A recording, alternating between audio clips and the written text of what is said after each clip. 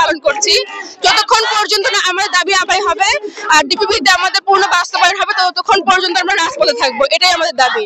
এতে আমাদের যদি প্রাণও দিতে হয় তাও আমরা দিতে রাজি আছি। আমরা তো চেয়েছিলাম বৈষম্যহীন বাংলাদেশ গড়তে, কিন্তু এই সরকার তো আমাদের রক্তের উপরে দাঁড়িয়ে গঠিত হয়েছে, কিন্তু তারপরে আমাদের সাথে এই বৈষম্য কেন করা হচ্ছে এর জবাব আমরা চাই। এই দায় সরকারকে নিতে হবে। আপনারা সবাই জানেন যে দীর্ঘ 9 বছর ধরে রবীন্দ্র বিশ্ববিদ্যালয়ের শিক্ষার্থী সহ কর্মকর্তা কর্মচারী এবং শিক্ষকরা স্থায়ী ক্যাম্পাস থেকে বঞ্চিত ছিল। আমাদের দীর্ঘদিন অন্ধকারের মধ্যে রাখা হয়েছিল, এখনো পর্যন্ত আমাদের স্থায়ী ক্যাম্পাস দেওয়া হয়নি।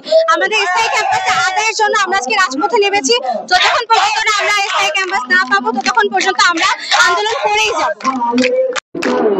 গত 15 দিন ধরে রবীন্দ্র বিশ্ববিদ্যালয় স্থায়ী ক্যাম্পাসের দাবিতে আমরা বিভিন্ন ধরনের আন্দোলন সংগ্রাম করে আসছি, কিন্তু সরকারের ঊর্ধ্বতন পর্যায় থেকে আমাদের সঙ্গে কোনো প্রকার যোগাযোগ করা হয়নি। তাই আজকে আমরা বাধ্য হয়ে উত্তরবঙ্গের সঙ্গে ঢাকার যোগাযোগ বিচ্ছিন্ন করে দিয়েছি।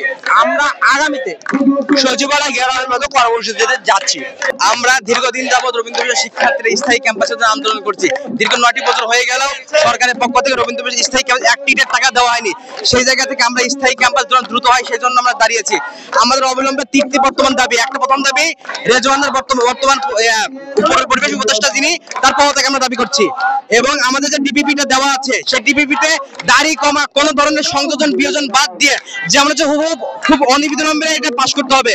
আর 3 নম্বর কথা, রবীন্দ্রনাথ ঠাকুরের পৈতৃক জমিতে আমাদের রবীন্দ্র স্থায়ী ক্যাম্পাস করতে হবে, নাহলে আমরা রাস্তা থেকে উঠবো না।